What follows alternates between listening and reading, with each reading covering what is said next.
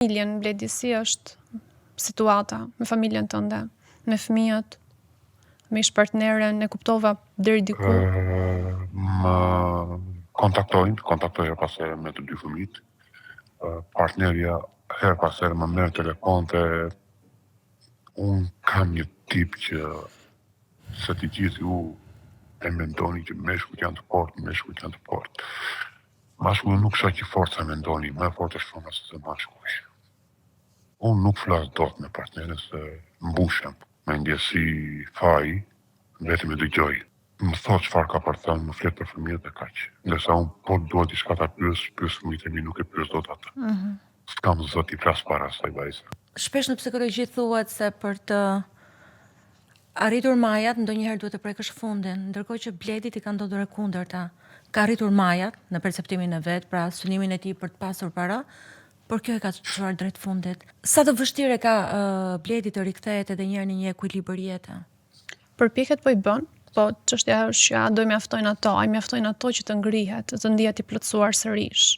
Sepse po e shikoj që ka element ku ai fillon të jetë në raport me njerëzit, pra nuk është i bën rezistencë rifillimit apo marrëdhënieve të reja, apo mbajtjes së përgjegjësive si prind, pra angazhohet vazhdimisht edhe tek jeta e shkuar që e ka lënë atje, por a do mjaftoj kjo? Ndoshta nuk mjafton, ndoshta të duhet të eksploron akoma më tej se si të arrijë sigurinë të vetes, siç e thamë, shumë e rëndësishme që të rritet njëherë siguria fizike, vetëm në atë moment mundet të kalojmë te nevojat e tjera, që ai mund të plotësoj qoftë pjesën emocionale siç e kërkon, apo lidhjes me njerëz në një formë tjetër, të mos qëndroj më vetëm në zhgënjime, siç edhe kuptova nga këto marrëdhëniet e fundit që ka pasur. Prandaj do jetë edhe pak ideja se sa ai ndihet i plotësuar me këto që po ndodhi tani, ai shikon ndoshta edhe si pika që po shkon drejt diçkaje, që është pjesa e palestrës, kuptova, pjesa e lidhjes me kafshët, pjesa e angazhimeve me rrjetin social.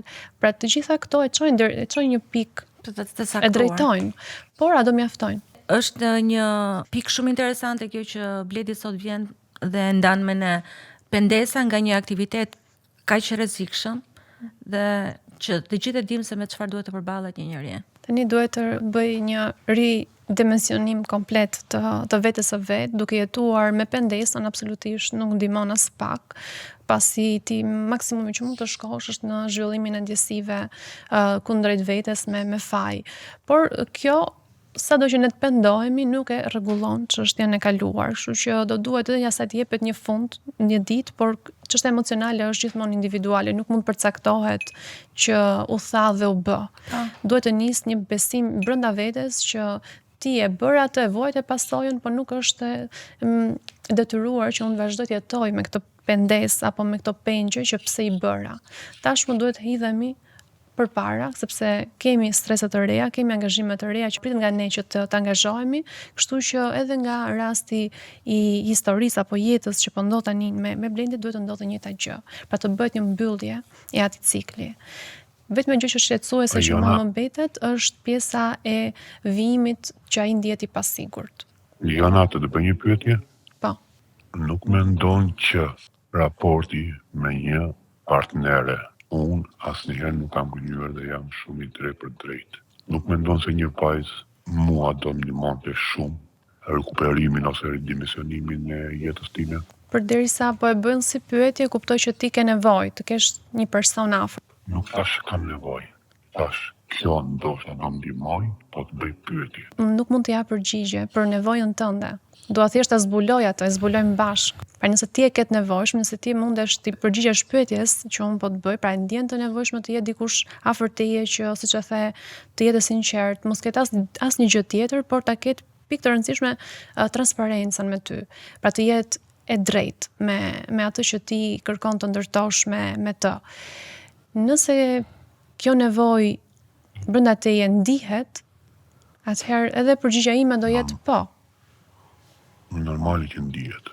E rëndësishme, Bledi, është që ti e ke një qartësi për atë se çfarë kërkon të një person, dhe mendoj se edhe kjo ndihmon, që ta kesh më të qartë se si ta kërkosh, ose nëse e gjen direkt mundesh edhe ta ta lidhësh, pra të lidhesh me atë individ që ta shfaqsh të cilësi. Shumë faleminderit. Kjo ishte pjesa që u thash më parë, që unë kam tentuar 2-3 herë dhe nuk shikojmë Bledin, shikojmë bankomatit. Bledin nuk të marrë asnjë me vete, as shtëpinë, as makinat, as ato 2 lekë. Këtu o t'i lërë. Hajde konsumojmë bashkë. Do ftoja edhe diçka tjetër që së pari do ishte rëndësishme të përpunonim shumë gjëra të vetes para se ne të hidheshim në një marrëdhënie. Mendoj që nëse vazhdon të kesh atë ndjesinë, siç po e përshkruanim në fillim kur biseduam, të terrorit, kjo mund të ndërhyjë në marrëdhënien tënde. Dhe nëse nuk zgjidhet ajo, pra siç e tham, të ndërtohet siguria e para, të jesh më i qetë nga ana fizike, nga ana psikologjike, në atë rast mund të jesh edhe më i vetëdijshëm ndaj nevojave të tua, por do thoja edhe të nevojave të personit tjetër që mund të futet në jetën tënde. Sepse ti e the dhe shpjegove që unë kam nevojë për këto gjëra dhe është shumë e kuptueshme, shumë në rregull kjo gjë, por mundesh të jesh ndoshta edhe me më shumë fokus tek nevojat e personit tjetër, se si ajo është, dhe ndoshta mos të ngrejmë dyshime me gjën e parë që ky person nxjerr. Për shkak të një sjellje të vogël, ty të krijohet përshtypja që nuk është partnerja e duhur për shembull. Vetëm e vetëm sepse nuk janë zgjidhur gjërat e tona të brendshme. Nuk e di si do vjen kjo. Kuptova, është e qartë. Ndoshta do luftojmë shumë me veten time, siç u luftoj. Bledia, ka një aspekt të vetes tënde që ti e vlerëson? Sinceritetin edhe marrjen e përgjegjësive. Kështu jam unë. Okej, kam gabime, po i kam, ky jam. Më duhet kështu si jam. Mos mund të ndryshoj se erdhe ti në jetën time. As ti s'mund të ndryshoj se erdhe unë në jetën tënde. Mund të përshtatemi, por jo të ndryshoj. Po ti thua se ke ndryshuar. Ai që nuk ndryshon Po, ka dot është ndryshuar, vetëm e ka kaluara ndryshuar. jote. Eksakt. Shumë eksakt. Kështu që ti po e çon veten tek pika 0 për një nisje të re. Po të them një diçka, neve kemi diskutuar gjatë këto ditë dhe sot e kishim lënë në orën 6, Për intervistë. 18:00 për intervistë. Para se të bëja intervistën, unë kam bërë 6 kilometra vrap.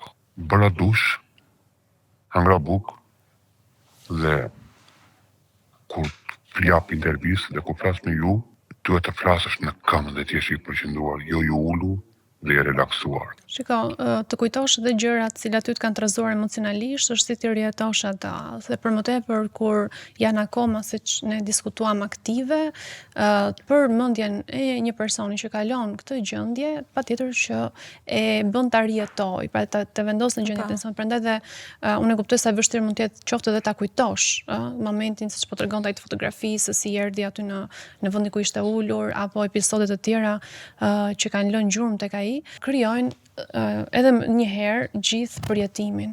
Kështu që kjo kuptohet. Ndërkohë që ne po flisnim të zgjojë ndonjë ndjesi frike, thjesht fakti që ne po tregonim, po kujtonim episodet e jetës tënde? Jo, unë jam shumë fort.